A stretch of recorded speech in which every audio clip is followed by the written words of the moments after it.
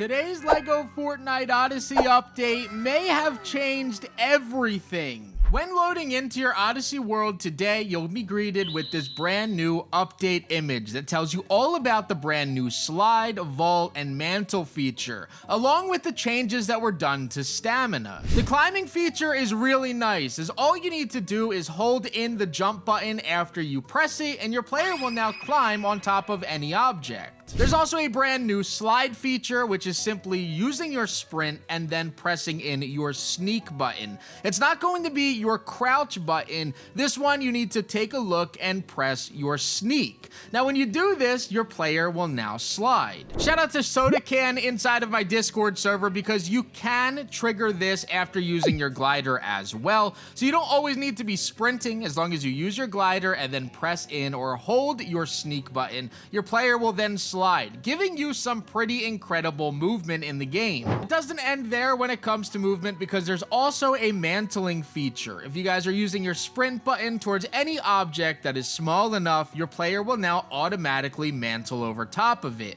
I don't believe that this works every time if you're just simply walking. We had some changes done to the plasma pistols that I think a lot of you will be pretty happy about. The first thing is going to be that when you swap from one overheated weapon to another set of plasma pistols, even though you're not holding the overheated pistols, they will continue to cool down, essentially reversing the last update that prevented them from cooling down before. I will say that it doesn't seem as though that they cool down as fast when you're not holding them, so even though that they cool down when not using them, it doesn't seem to be done nearly as fast. Not only that, but it seems as though it takes longer for them to overheat as well, which is a plus in my book. Now let's talk about our changes that were made to stamina. The first major one is going to be done to swimming. Now when you jump into water and you try to swim around, there is no longer a stamina bar, which means that you can now swim between islands if you don't have any type of vehicle.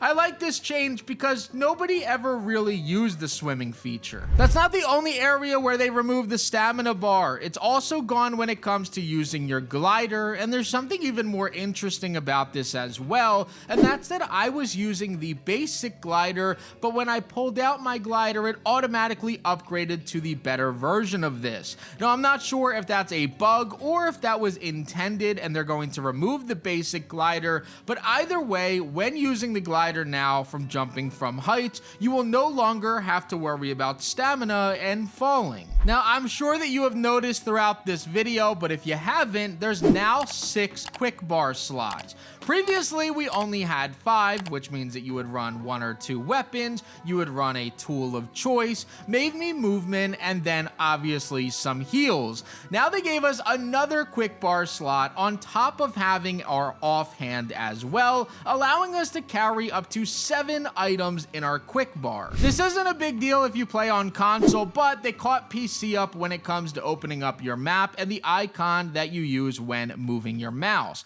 And that's going to be giving us this ring that everybody has on consoles already. They just kind of caught us up with the way that things look, so everything is the same whether you're on console or on PC. We also had some changes done to our Potions Cauldron UI. When you open this up, you will see that 3 of these potions are going to have brand new UI to them, starting with your Stormfruit potion, your Skillful potion, and then your Sturdy potion. I'm not entirely sure why they did this change, but I'm not complaining because these new potions do look pretty nice. And the final change to our UI was done to our superpowers. Inside of your mastery section, you can see these 3 brand new images that tell you what percentage you have finished those classes. You can see that all 3 of mine are done up to 100%, so I do have these very nice looking graphics. When it comes to pressing into the Odyssey, it does say more branches are coming, and I have a feeling that is going to be what releases inside of December. So many bug fixes were also announced by LEGO Fortnite, so feel free to pause and read this, as I'm just going to cover the ones that I find the most interesting or the most impactful.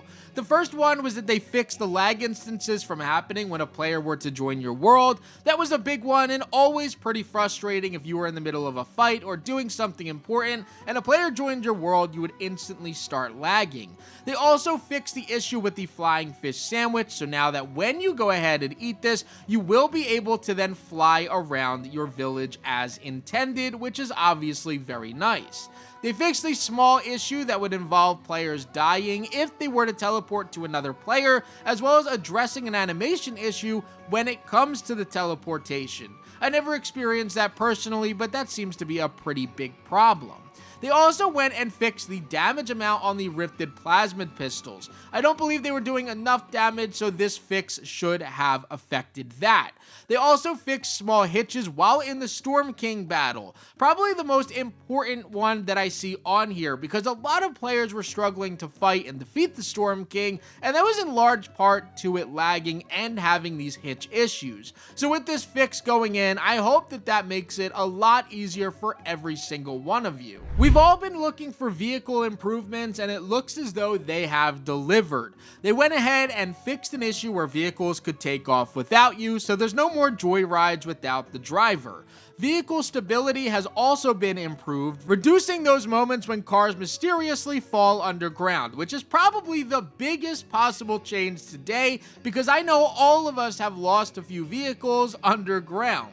They're also working to continue on stability and server performances to make every ride smoother, and they did say that more fixes are on the way, so to those that like using vehicles, whether they're flying or on the ground, this is a huge improvement. So we got 3 different types of movement today, as well as some UI changes and a 6th quick bar spot. I don't think it got much better than that when it comes to just getting a random quality of life change. We weren't expecting any type of update as all, so I'm very happy with what we got today, and really what we've gotten over the last few months as far as fixing up the game, as well as any bugs and issues and cleaning up the UI changes. I believe that all of this is being done because in exactly 30 days we're getting our next large content update, and I cannot wait to see what they're cooking up. I hope that you guys enjoyed today's video. Let me know what your favorite update is that came today, and as always guys, this was Crafty,